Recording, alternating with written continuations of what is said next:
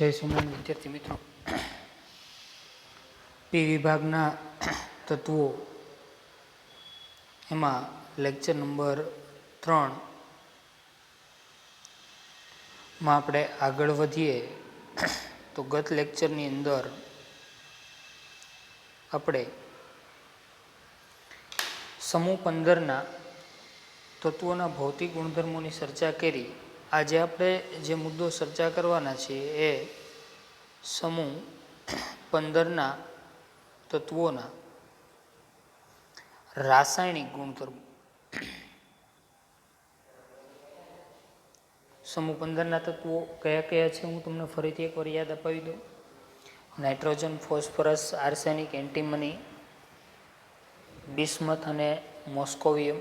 એના ભૌતિક ગુણધર્મોની પણ આપણે ગયા લેક્ચરમાં ચર્ચા કરી હતી. એની ઉપર જરાક આપણે ઉડતી નજર ફેરવીએ તો સૌથી પહેલાં તો ગત લેક્ચરમાં આપણે ઇલેક્ટ્રોનીય રચનાની વાત કરી હતી. તો સમૂહ 15 છે તેના સંયોજકતા કોષની ઇલેક્ટ્રોનીય રચના શું થાય તો કે ભાઈ NH2np3. અહીં એસ કક્ષક છે સંપૂર્ણ ભરાયેલી છે, જ્યારે પી કક્ષક અર્ધપૂર્ણ ભરાયેલી છે. તેથી ઇલેક્ટ્રોનીય રચના વધારે સ્થાયી છે. ત્યારબાદ બીજો મુદ્દો આપણે જોયો તો પરમાણવીય અને આયનીય ત્રિજ્યા. તો રેગ્યુલર આપણને જે વલણ જોવા મળે છે, સમૂહમાં ઉપરથી નીચે તરફ જાઓ તેમ શું થાય છે, પરમાણવીય અને આયનીય ત્રિજ્યામાં વધારો થાય છે.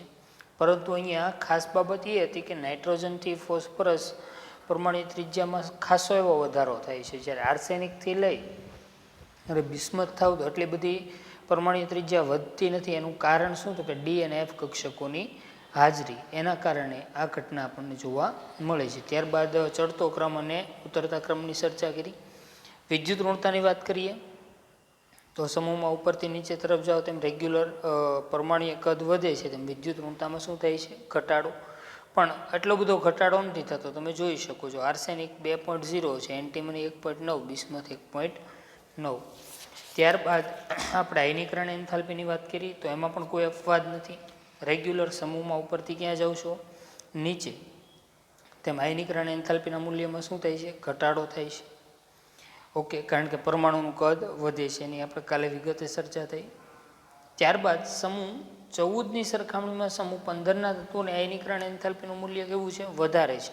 એનું એક જ રીઝન છે, એક જ કારણ છે કે અહીંયા પી કક્ષક અર્ધપૂર્ણ છે, એટલે વધારો તો હોય જ તે, કારણ કે આવર્તમાં ડાબીથી ક્યાં જાઉં છો, જમણે. પરંતુ એ અપેક્ષા કરતાં વધારે આયનીકરણ એન્થાલ્પી જોવા મળે છે સમૂહ 15ની. કોની સરખામણીમાં, સમૂહ 14ની સરખામણીમાં. ત્યારબાદ તેના ભૌતિક ગુણધર્મોમાં આપણે આગળ વધીએ તો સમૂહના બધા જ તત્વો બહુપરમાણવીય છે. ઉદાહરણ તરીકે નાઇટ્રોજનના 2 પરમાણુઓ જોડાયેલા હોય છે, ફોસ્ફરસના 4 પરમાણુ જોડાયેલા હોય છે. ઓકે, ત્યારબાદ આગળ વાત આપણે કરીએ તો કોણ બહુપરમાણવીય નથી તો કે બિસ્મથ છે તે બહુપરમાણવીય નથી. નાઇટ્રોજન વાયુ સ્વરૂપમાં હોય છે, જ્યારે ફોસ્ફરસ, આર્સેનિક, એન્ટીમની અને બિસ્મથ કેવા સ્વરૂપમાં હોય છે, સોલિડ ફોર્મમાં હોય છે. નાઇટ્રોજન, ફોસ્ફરસ અધાતુ, આર્સેનિક, એન્ટીમની અર્ધધાતુ અને બિસ્મથ અને મોસ્કોવિયમ વિશિષ્ટ ધાતુ. એની અગાઉ પણ આપણે ચર્ચા થઈ. આ સમૂહમાં નાઇટ્રોજન સિવાયના તત્વો શું ધરાવે છે ભાઈ, અપર રૂપો ધરાવે છે. ત્યારબાદ ઉત્કલન બિંદુની વાત કરીએ તો સમૂહમાં ઉપરથી નીચે તરફ જતા ઉત્કલન બિંદુમાં ક્રમશઃ શું થાય છે, વધારો થાય છે. ગલન બિંદુની વાત કરીએ તો આર્સેનિક સુધી વધે અને બિસ્મથ તરફ જતાં શું થાય છે, ઘટે છે. ખૂબ જ અગત્યની બાબત છે, ધ્યાન રાખશો. તો ભૌતિક ગુણધર્મોની ચર્ચા પૂરી કર્યા બાદ હવે આપણે રાસાયણિક ગુણધર્મોની ચર્ચા કરવાની છે, બરાબર. રાસાયણિક ગુણધર્મોની વાત કરીએ તો બીજા તત્વો સાથેની રાસાયણિક પ્રક્રિયાઓની એમાં ચર્ચા કરવામાં આવે તો સૌથી પહેલાં સમૂહ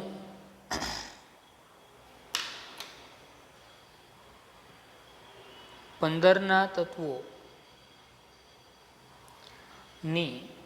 હાઇડ્રોજન પ્રત્યેની સક્રિયતા, એટલે હાઇડ્રોજન સાથે જોડાઈને શું બનાવે છે, બરોબર. તો એની વાત આપણે અહીંયા કરીએ તો સક્રિયતાની જગ્યાએ તમારા પાઠ્યપુસ્તકમાં પ્રતિક્રિયાત્મકતા એવો શબ્દ વાપરો છે. તો સમૂહ 15ના બધા જ તત્વો બરોબર. કેવા પ્રકારના હાઇડ્રાઇડ બનાવે છે? તો કે EH3 પ્રકારના હાઇડ્રાઇડ બનાવે છે.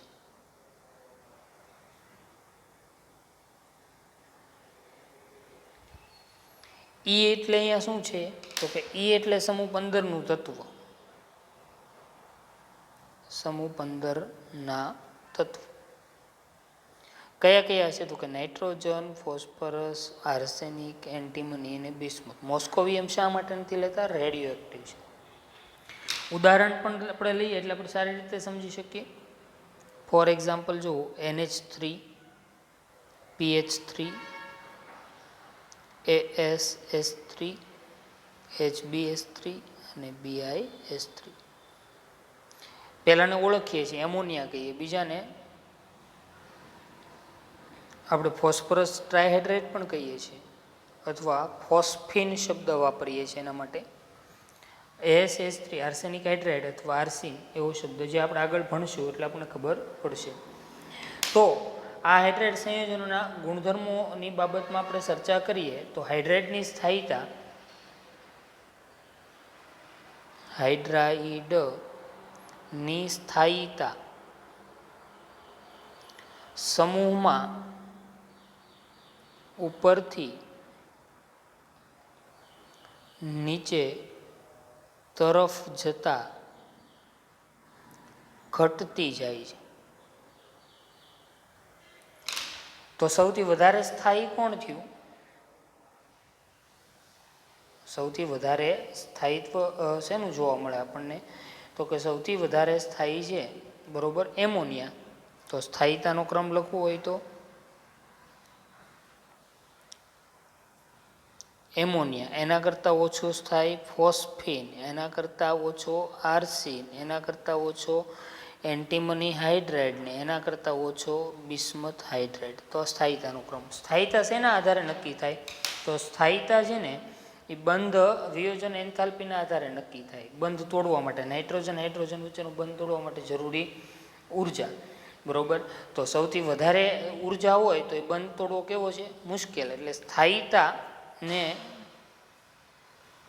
સ્થાયીતા એ બંધ વિયોજન એન્થાલ્પીના સમપ્રમાણમાં હોય છે. જેમ બંધ વિયોજન એન્થાલ્પી વધારે તેમ સ્થાયીતા વધારે તે અણુ, કારણ કે બંધ તોડવા માટે વધુ ઉર્જાની જરૂર પડે છે. ઓકે. આ ઉપરાંત બીજી બાબત ખાસ તમે કોષ્ટક નંબર 7.2 ની અંદર વિગતે જોઈ શકો. બરોબર. એમાં બંધ વિયોજન એન્થાલ્પી આપેલી છે તમને. એટલે એમોનિયાની બંધ વિયોજન એન્થાલ્પી છે 389. બરોબર. જ્યારે ફોસ્ફિનની બંધ વિયોજન એન્થાલ્પી છે 322 કિલોજૂલ પ્રતિ મોલ. ત્યારબાદ આર્સિન છે તો એની આપણે બંધ વિયોજન એન્થાલ્પી 297 કિલોજૂલ પ્રતિ મોલ.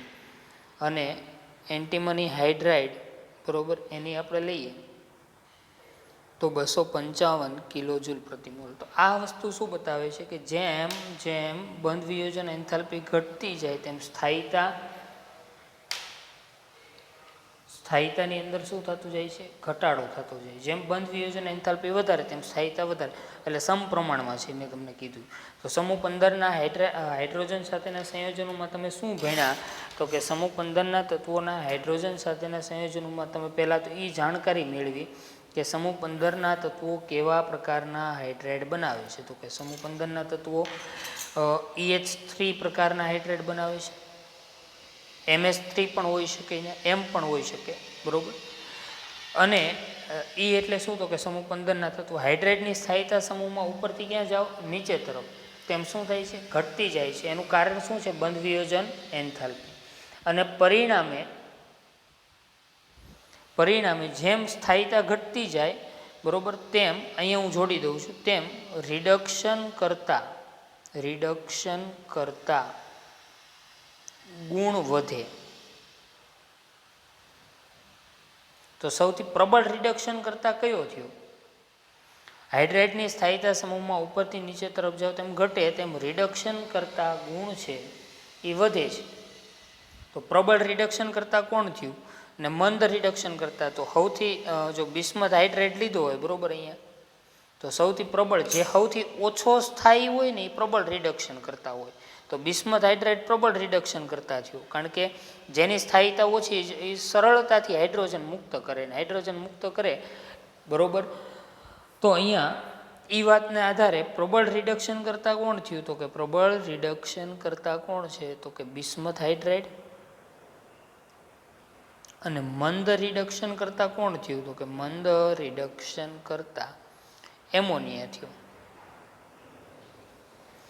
બરોબર. તો આ વાત ખાસ અગત્યની છે. આ ઉપરાંત બેઝિકતાનો ક્રમ જુઓ તમે તો એ પણ અગત્યનો છે ને બહુ જ જુદી જુદી પરીક્ષાની અંદર પૂછાઈ ગયેલો પ્રશ્ન છે બરોબર. સમૂહ 15ના હાઇડ્રેટની બેઝિકતાનો ક્રમ, સમૂહ 15ના તત્વોના હાઇડ્રાઇડની બેઝિકતાનો ક્રમ બરોબર. બહુ જ અગત્યનું છે.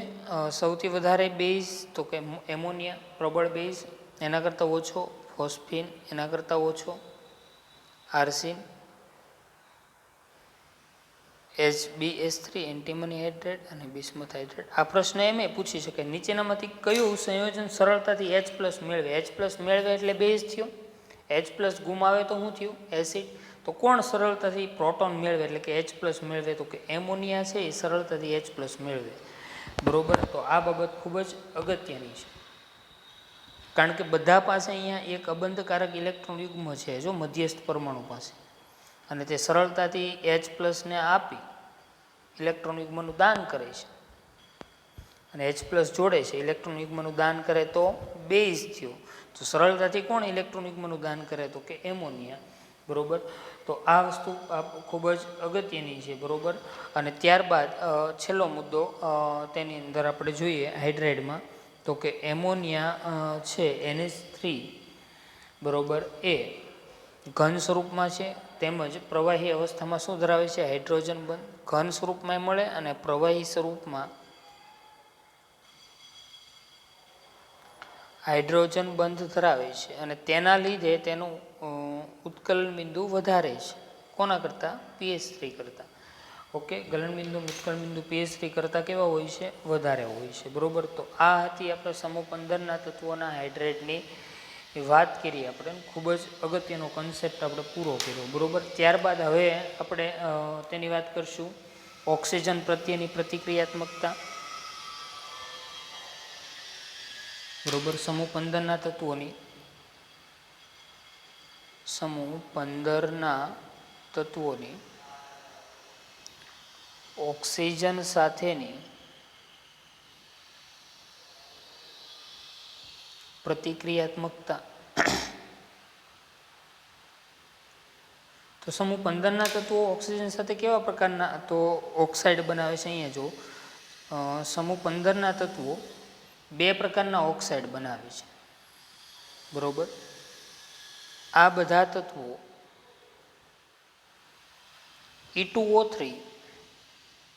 E2O3 અને E2O5 પ્રકારના ઓક્સાઇડ બનાવે છે.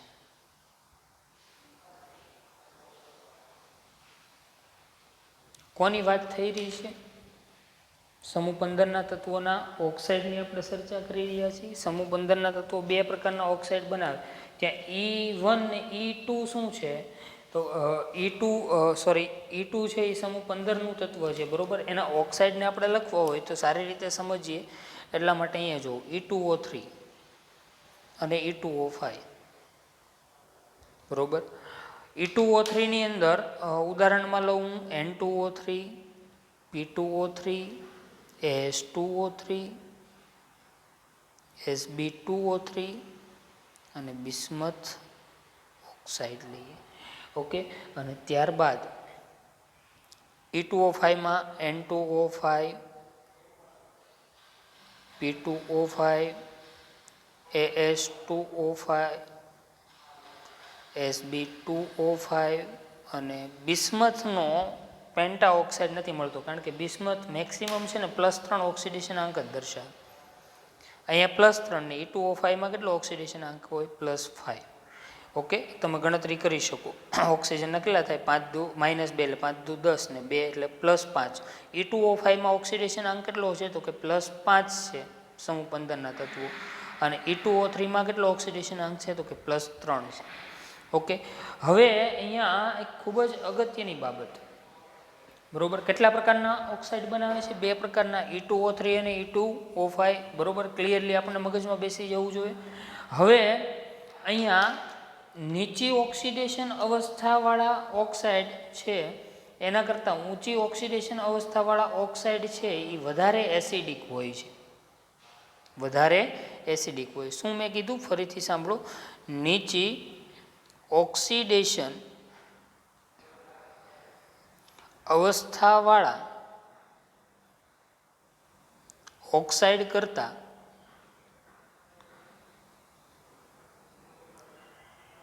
વધારે ઊંચી ઓક્સિડેશન અવસ્થાવાળા ઓક્સાઇડ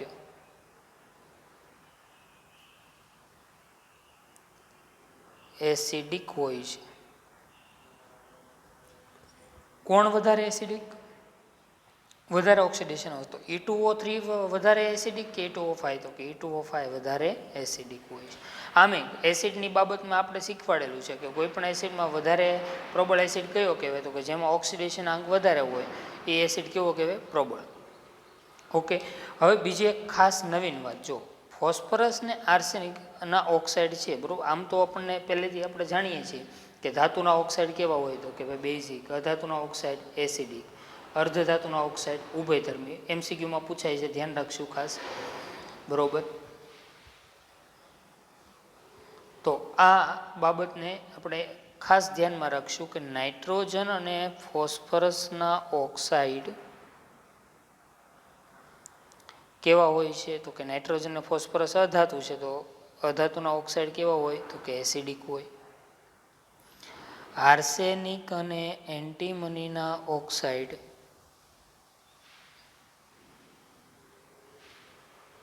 ઉભયધર્મી, કારણ કે અર્ધધાતુ હોય તેના ઓક્સાઇડ કેવા હોય? ઉભયધર્મી. ઉભયધર્મી એટલે શું ખબર? જો એ એસિડિક ઓક્સાઇડ સાથે જોડાય તો પોતે બેઝિક તરીકે વર્તે, અને બેઝિક ઓક્સાઇડ સાથે જોડાય તો એ એસિડિક તરીકે વર્તે. અને ત્યારબાદ બિસ્મથના ઓક્સાઇડ, બિસ્મથ ધાતુ છે તો ધાતુના ઓક્સાઇડ કેવા હોય? તો કે બેઝિક હોય છે. બરોબર, એટલી બાબત ખાસ ધ્યાન રાખશો. ઓક્સાઇડમાં પાઠ્યપુસ્તકમાં ઉલ્લેખ નથી કર્યો, પણ એક નવી વાત હું તમને એ શીખવાડી દઉં. નવી વાત છે કે ફોસ્ફરસ અને આર્સેનિકના ઓક્સાઇડ છે ને દ્વિઅણુ સ્વરૂપે હોય. દ્વિઅણુ એટલે 2 અણુ. જો 2 અણુ P2O3 ના જોડો તો શું થાય? P4O6 થાય.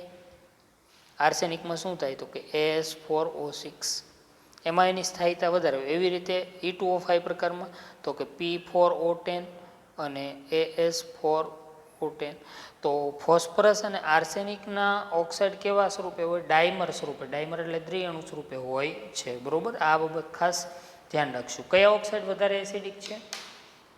તો કે વધારે ઓક્સિડેશન અવસ્થાવાળા. તો ઓક્સાઇડમાં આપણે એટલી બાબતોની ચર્ચા કરી. બરોબર, ઓક્સાઇડમાં સૌથી પહેલાં તો સમૂહ 15ના તત્વો કેવા પ્રકારના ઓક્સાઇડ બનાવે? તો કે E2O3 અને E2O5 પ્રકારના ઓક્સાઇડ બનાવે.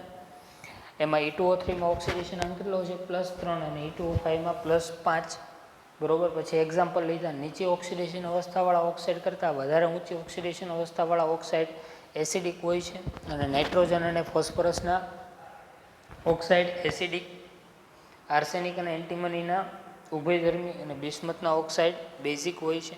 ઓકે, ત્યારબાદ ઓક્સાઇડની વાત પૂરી કર્યા બાદ હવે આપણે હેલોજન સાથેની પ્રતિક્રિયાત્મકતા એટલે હેલોજન તત્વો સાથેની તેની વાત કરીએ.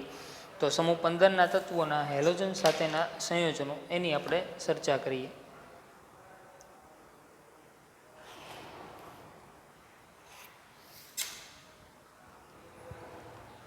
સમૂહ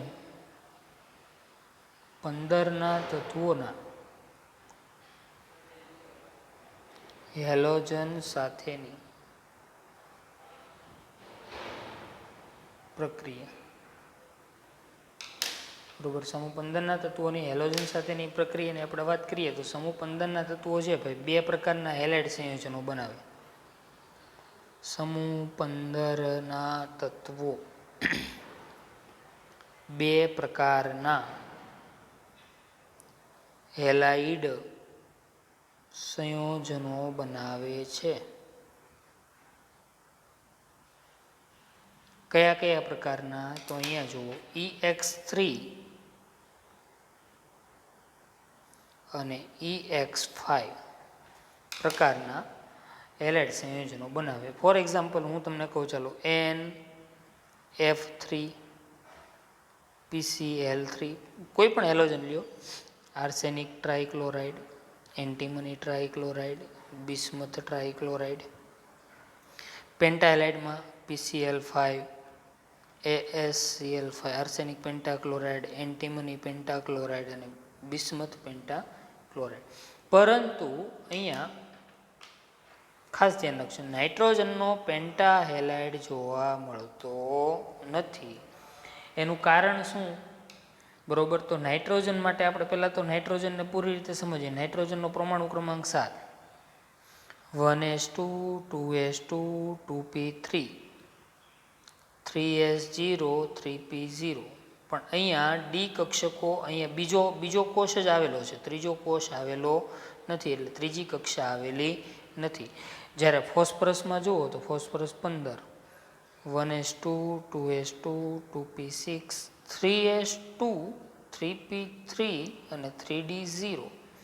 તો ફોસ્ફરસમાં 3d કક્ષક આવેલી છે, જ્યારે નાઇટ્રોજનમાં નથી, અને તેના લીધે નાઇટ્રોજન પેન્ટાહેલાઇડ બનાવતા નથી. ખાસ યાદ રાખશું, ખૂબ જ અગત્યની જુદી જુદી JEE અને અંદર અને ભૂતકાળમાં PMTમાં પૂછાઈ ગયેલા પ્રશ્નો છે કે નાઇટ્રોજન શું નથી બનાવતો? પેન્ટાહેલાઇડ બનાવતો નથી. નાઇટ્રોજન પેન્ટાહેલાઇડ બનાવતો નથી, કારણ કે નાઇટ્રોજન પાસે ડી કક્ષક અપ્રાપ્ય છે, એટલે પ્રાપ્ત નથી.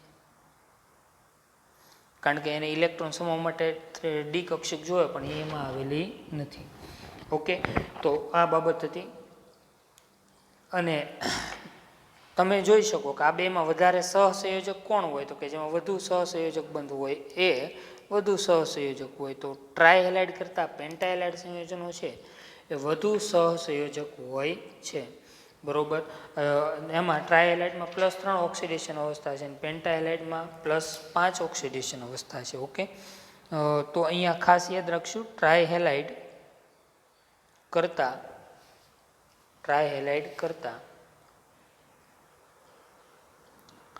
પેન્ટાહેલાઇડ વધારે સહસંયોજક છે. કારણ કે ટ્રાયહેલાઇડમાં ઓક્સિડેશન સ્ટેટ કેટલો છે? તો કે +3, અને પેન્ટાહેલાઇડમાં કેટલો છે? +5. એના અનુસંધાનમાં ટ્રાયહેલાઇડ કરતાં પેન્ટાહેલાઇડ વધારે કેવા છે? સહસંયોજક છે. અને પેન્ટાહેલાઇડમાં સહસંયોજક લક્ષણ વધારે છે. નાઇટ્રોજન સિવાયના અન્ય બધા જ તત્વોના ટ્રાયહેલાઇડ સ્થાયી છે, યાદ રાખશો. નાઇટ્રોજન સિવાયના અન્ય બધા તત્વોના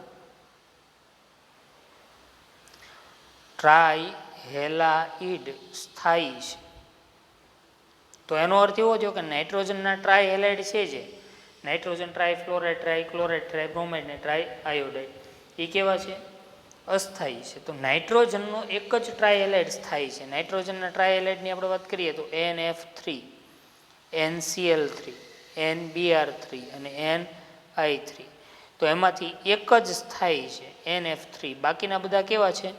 અસ્થાયી છે. અસ્થાયી છે. ને NCl3 તો ભાઈ વિસ્ફોટક છે, ધ્યાન રાખશું, MCQ પૂછી શકાય. NCl3 વિસ્ફોટક છે. ઓકે, તો નાઇટ્રોજનના ટ્રાયહેલાઇડમાં એક જ સ્થાયી NF3 સમૂહના બાકીના તત્વોના બધા ટ્રાયહેલાઇડ કેવા છે? સ્થાયી છે. BF3 ટ્રાયહેલાઇડ છે, BF3 બોરોન ટ્રાયહેલાઇડ, આ એક ટ્રાયહેલાઇડ છે ને એ સહસંયોજક છે, સહસંયોજક બંધ છે તેમાં. બાકીના બધા જ નાઇટ્રોજનના હોય, ફોસ્ફરસના હોય, આર્સેનિકના હોય, એન્ટીમનીના કોઈ પણ ટ્રાયહેલાઇડ લ્યો, બરોબર, બાકીના તત્વોના ટ્રાયહેલાઇડ અને પેન્ટાહેલાઇડ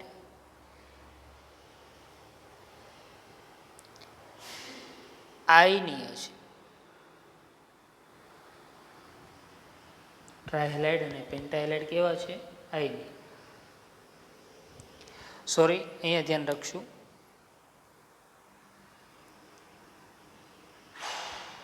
BF3 છે, બરોબર, એની સિવાયના બધા જ કેવા છે? તો કે સહસંયોજક છે. અને BF3 છે તે કેવો છે? આયનીય છે. શા માટે? અહીંયા જુઓ. પહેલાં તો આયનીય બંધ ક્યારે બને, સહસંયોજક બંધ ક્યારે બને? તો કે ભાઈ ધાતુ અને અધાતુ મોટા ભાગે જોડાતા હોય તો આયનીય બંધ બને, અધાતુ જોડાય તો સહસંયોજક. એટલે નાઇટ્રોજન, ફોસ્ફરસ, આર્સેનિક, એન્ટીમની આ બધા છે ને મોટા ભાગે કેવા સંયોજનો બનાવે છે? સહસંયોજક બનાવે છે. ઓકે. BF3 શા માટે આયનીય બંધ બનાવે છે? એનું એક જ કારણ છે, બોરોન છે એનું કદ નાનું છે ને એમાં ધ્રુવીભવન થાય. આપણે ફેઝાનનો નિયમ ભણી ગયા ધોરણ 11માં, અને એના અનુસંધાનમાં બોરોન ટ્રાયફ્લોરાઇડમાં કયો બંધ હોય છે? આયનીય હોય છે, બરોબર. અને બાકીના બધા સંયોજનોની અંદર સહસંયોજક બંધ આપણને જોવા મળે છે. ઓકે. અને છેલ્લો મુદ્દો આપણે જરાક જોઈ લઈએ, અને એ છે સમૂહ 15ના તત્વોની ધાતુ સાથેની પ્રક્રિયા. તો સમૂહ 15ના તત્વો ધાતુ સાથે કેવી પ્રક્રિયા આપે છે? તો કે સમૂહ 15ના તત્વો છે ધાતુ સાથે દ્વિઅંગી સંયોજનો બનાવે, એટલે બે જ તત્વો હોય. સમૂહ 15ના તત્વો ધાતુ સાથે દ્વિઅંગી સંયોજનો બનાવે છે, બરોબર. ફોર એક્ઝામ્પલ, બરોબર, કેલ્શિયમ નાઇટ્રાઇડ એટલે Ca3N2, Ca3P2 કેલ્શિયમ ફોસ્ફાઇડ, બરોબર, સોડિયમ આર્સેનાઇડ, ત્યારબાદ ઝિંક એન્ટીમોનાઇડ અને મેગ્નેશિયમ બિસ્મુથાઇડ. આ બધામાં સમૂહ 15ના તત્વોનો ઓક્સિડેશન આંક -3 છે, બરોબર, જે તમે જાતે પણ કાઉન્ટ કરી શકો છો. આજે આપણે એટલે અટકીએ છીએ.